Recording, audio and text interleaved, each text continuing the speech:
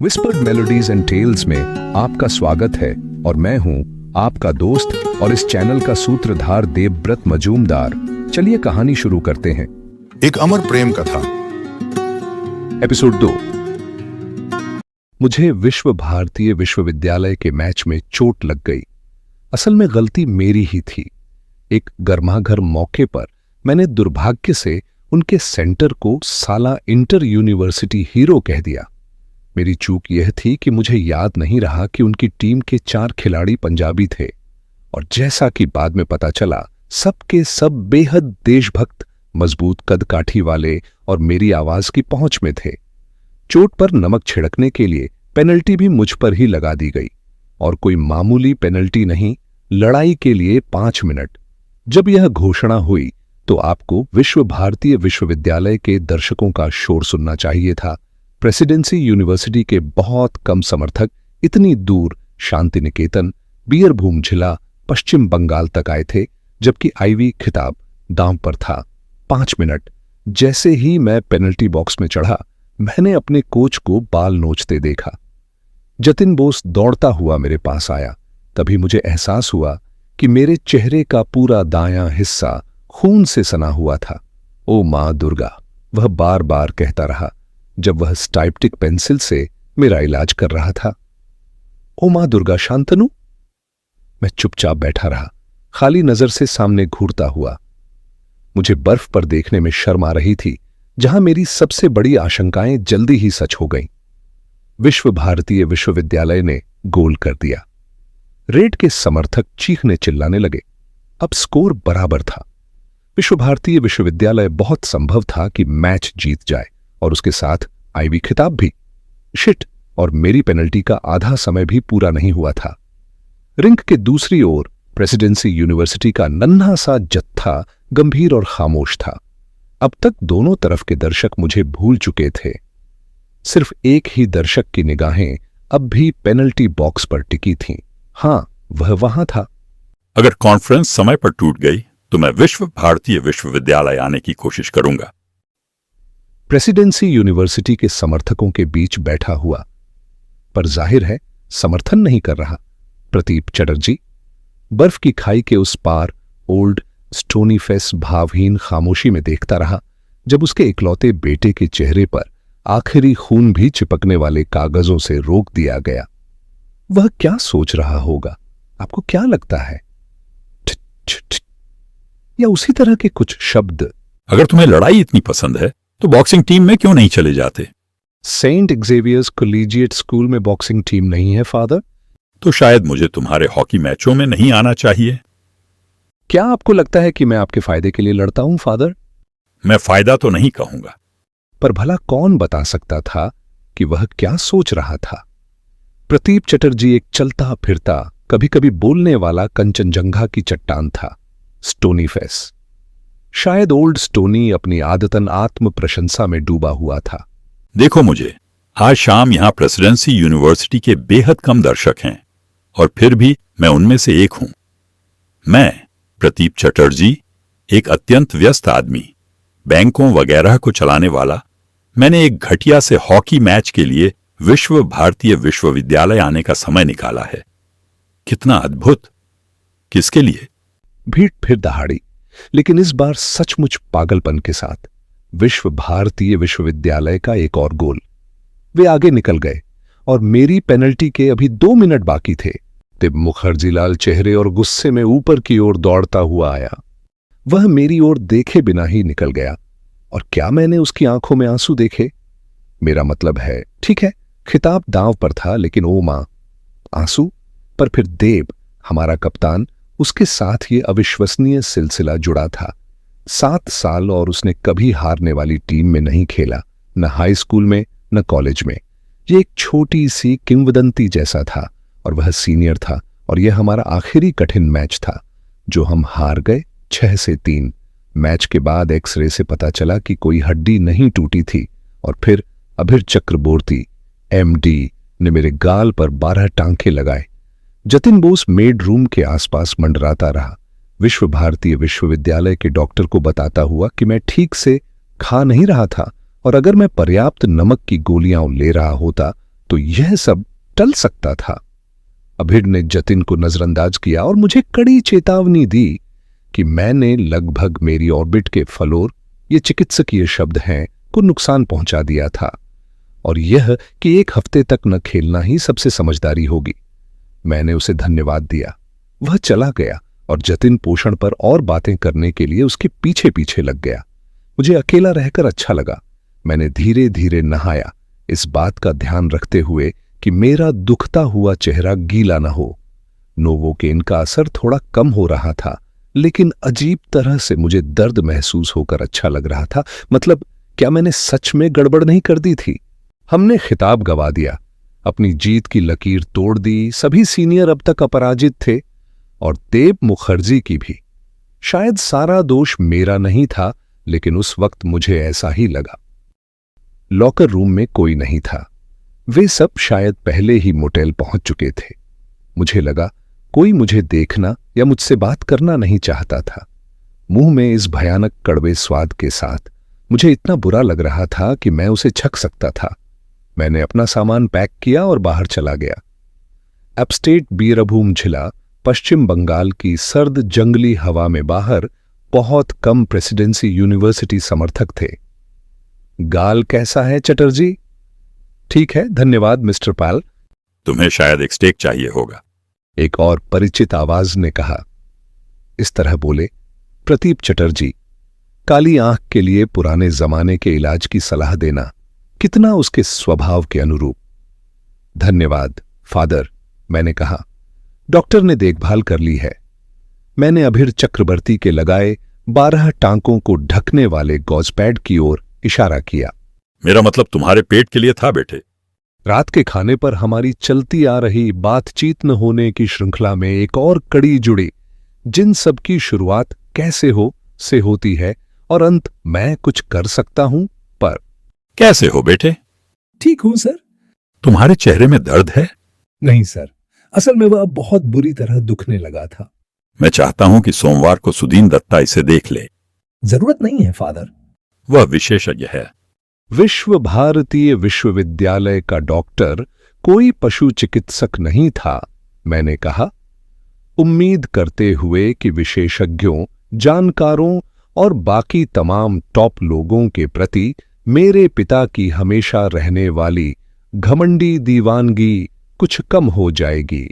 अफसोस, प्रतीप चटर्जी ने टिप्पणी की, जिसे मैंने पहले हास्य का प्रयास समझा। तुम्हें सचमुच जानवरों जैसा कट लगा है। जी सर, मैंने कहा। क्या मुझे हंसना चाहिए था? और फिर मुझे लगा कि कहीं मेरे पिता की यह अर्ध छुटकी बर्फ पर मेरे व्यवहार के लिए कोई अप्रत्यक्ष फटकार तो नहीं थी। या आप यह इशारा कर रहे थे कि आज शाम मैंने जानवरों जैसा बर्ताव किया?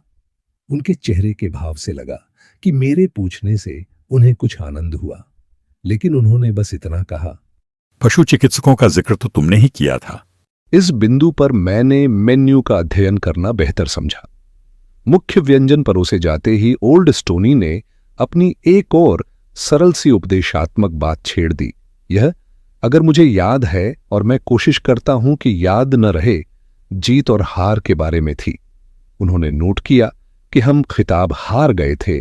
बहुत पैनी नजर है फादर, लेकिन आखिरकार खेल में असली मायने जीत के नहीं, खेलने के होते हैं। उनकी बातें संदिग्ध रूप से ओलंपिक आदर्श वाक्य की पुनरुक्ति जैसी लगीं और मुझे लगा कि यह आईवी खिताब जैसी खेल छोटी बातों को नीचा दिखाने की भूमिका है। पर मैं उन्हें कोई ओलंपिक सीधी लाइन देने वाला नहीं था, इसलिए मैंने अपने हिस्से के जी सर दे दिए और चुप रहा। हम बातचीत के उसी पुराने दायरे में घूमते रहे जिसका केंद्र ओल्ड स्टोनी का पसंदीदा गैर विषय है, मेरी योजनाएं। बताओ शांतनु, क्या लॉ स्कूल से कोई खबर आई? असल में फादर, मैंने अभी पक्के तौर पर लॉ स्कूल का फैसला नहीं किया है। मैं बस यह पूछ रहा था कि क्या लॉ स्कूल ने तुम्हें पक्के तौर पर चुन लिया है? क्या यह भी कोई छुटकी थी? क्या मुझे अपने पिता की गुलाबी बयानबाजी पर मुस्कुराना चाहिए था? नहीं सर, कोई खबर नहीं आई। मैं अनिर्बान गांगुली को फोन कर सकता हूं। नहीं, मैंने तुरंत प्रतिक्रिया में बीच में ही कहा, कृपया मत कीजिए सर। प्रभाव डालने के लिए नहीं, प्रतीप चटर्जी ने बहुत सीधे ढंग से कहा, बस पूछताछ के लिए। फादर, मैं बाकी सबकी तरह पत्र पाना चाहता हूं, कृपया। हाँ, बिल्कुल ठीक है। धन्यवाद सर। वैसे भी तुम्हारा चयन हो जाने में ज्यादा संदेह नहीं है। उन्होंने जोड़ा। पता नहीं क्यों, लेकिन प्रतीप चटर्जी में तारीफ करते हुए भी मुझे नीचा दिखाने की अजीब क्षमता है। ये कोई पक्का मामला नहीं है, मैंने जवाब दिया। आखिर उनके पास हॉकी टीम भी नहीं है। मुझे नहीं पता था कि मैं खुद को क्यों कम आंक रहा था। शायद इसलिए कि वह उल्टा सोच रहे थे। तुम में और भी गुण हैं। प्रतीप चटर्जी ने कहा, मगर विस्तार में जाने से बच गए। मुझे शक है कि वे जा भी पाते। खाना बातचीत जितना ही घटिया था, सिवाय इसके कि रोल्स की बासीपन का अंदाजा मैं उनके आने से पहले ही लगा सकता था, जबकि यह कभी अंदाजा नहीं लगा पाता कि मेरे पिता कौन सा विषय सपाट ढंग से मेरे सामने रख देंगे। और राष्ट्रीय सेवा योजना तो हमेशा है। उन्होंने एकदम अचानक कहा। सर, मैंने पूछा, पूरी तरह निश्चित नहीं कि वे बयान दे रहे थे या सवाल। मुझे लगता है राष्ट्रीय सेवा योजना एक अच्छी चीज है, तुम्हें नहीं लगता? उन्होंने कहा।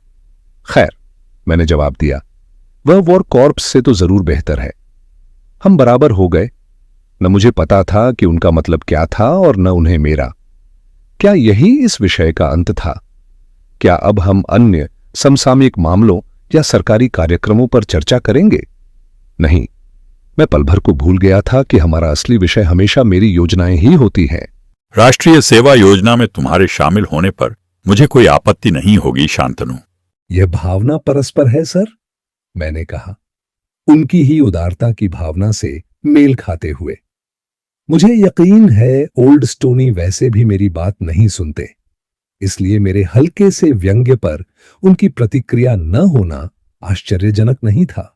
लेकिन तुम्हारे सहपाठियों में वहां इसका क्या रवैया है?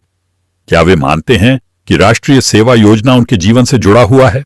मुझे लगता है मेरे पिता को यह वाक्य उतनी ही जरूरत है जितनी मछली को पानी की। जी सर, सेब की पाई तक बासी थी। लगभग 11:30 बजे मैं उन्हें कार तक छोड़ने गया। मैं कुछ कर सकता हूं बेटे? नहीं सर। शुभ रात्रि सर। और वह गाड़ी लेकर निकल गए।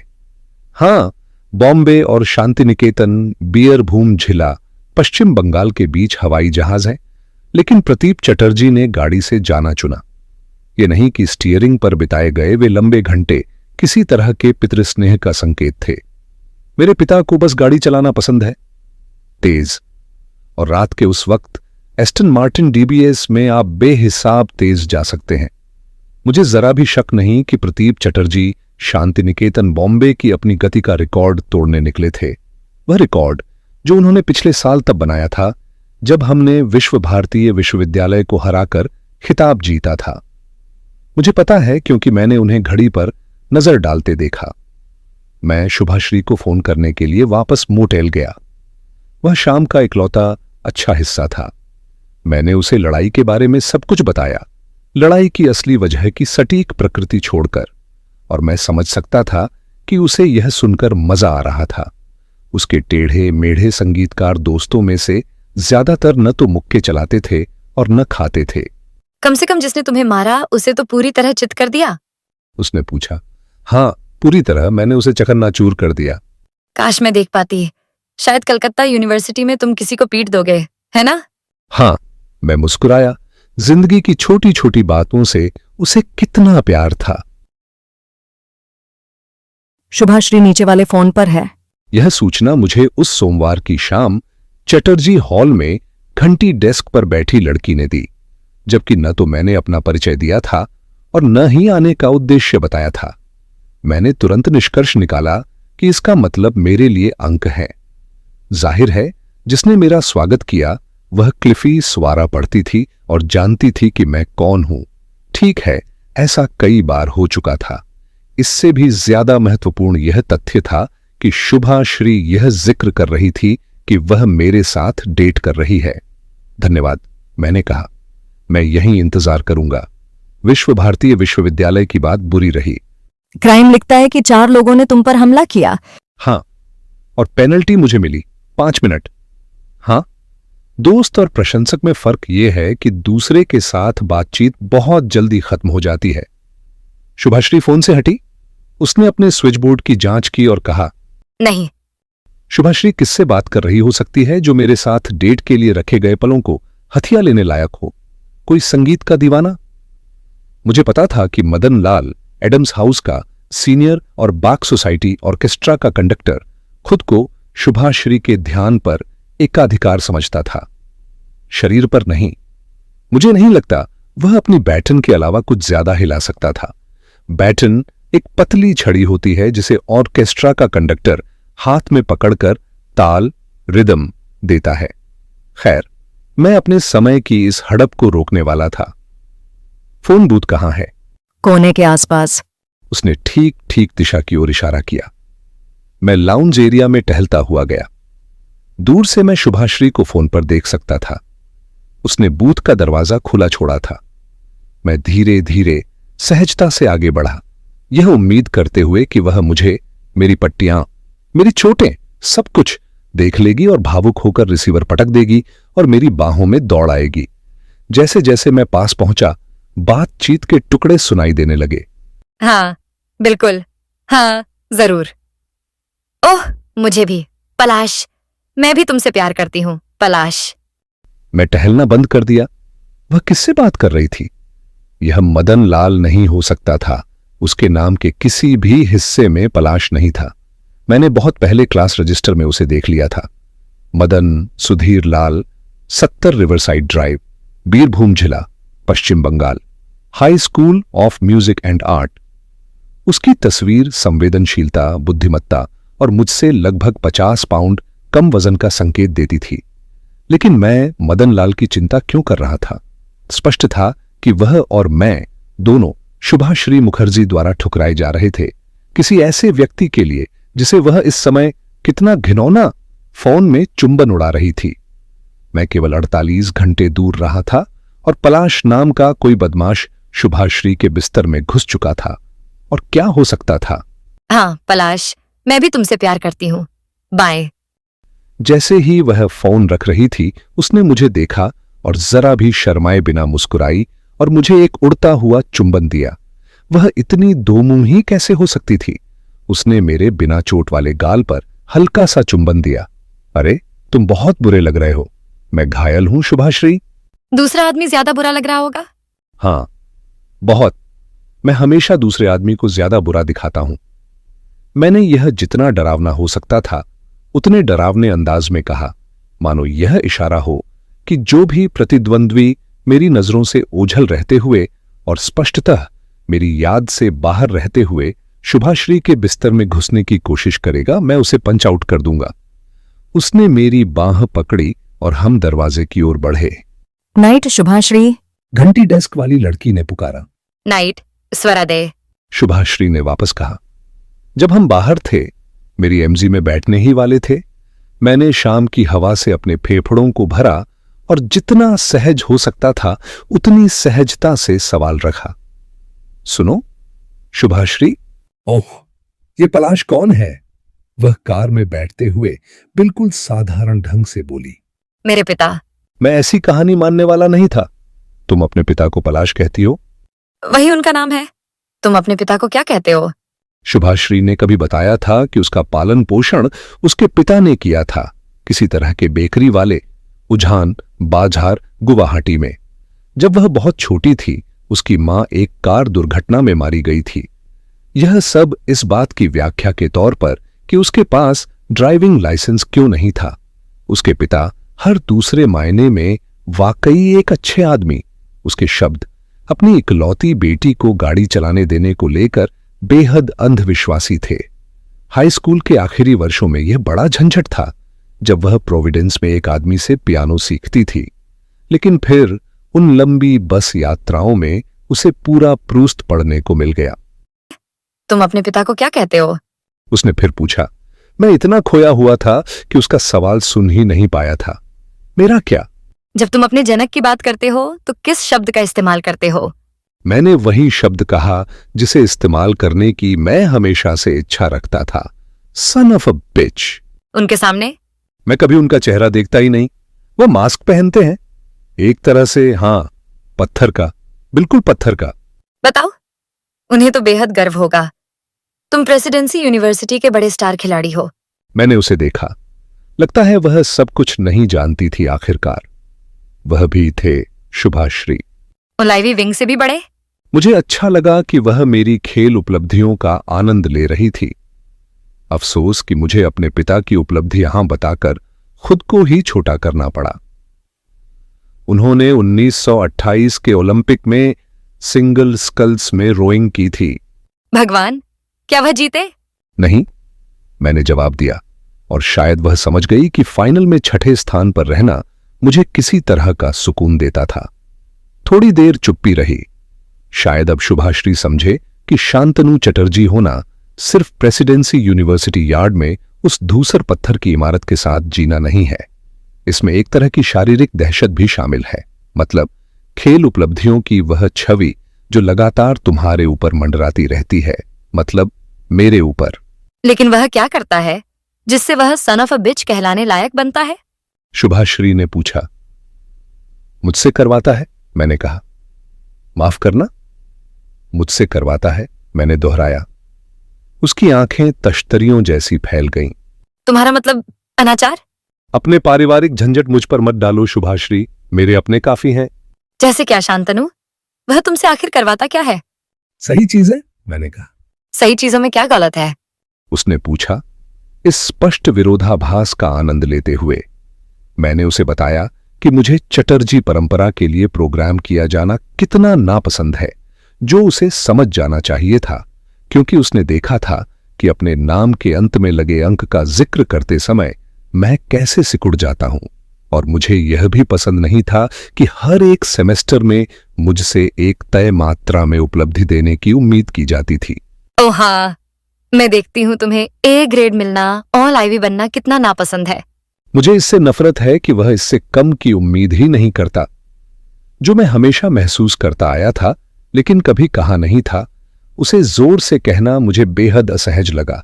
लेकिन अब मुझे शुभाश्री को सब कुछ समझाना ही था, और जब मैं सच में सफल हो जाता हूं तो वह इतने अविश्वसनीय रूप से उदासीन रहते हैं।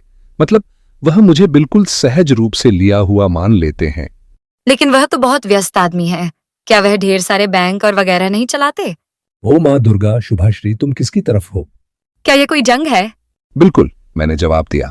ये तो बकवास है शांतनु। वह सचमुच आश्वस्त नहीं लग रही थी, और वहीं मुझे हमारे बीच सांस्कृतिक फासले की पहली झलक मिली।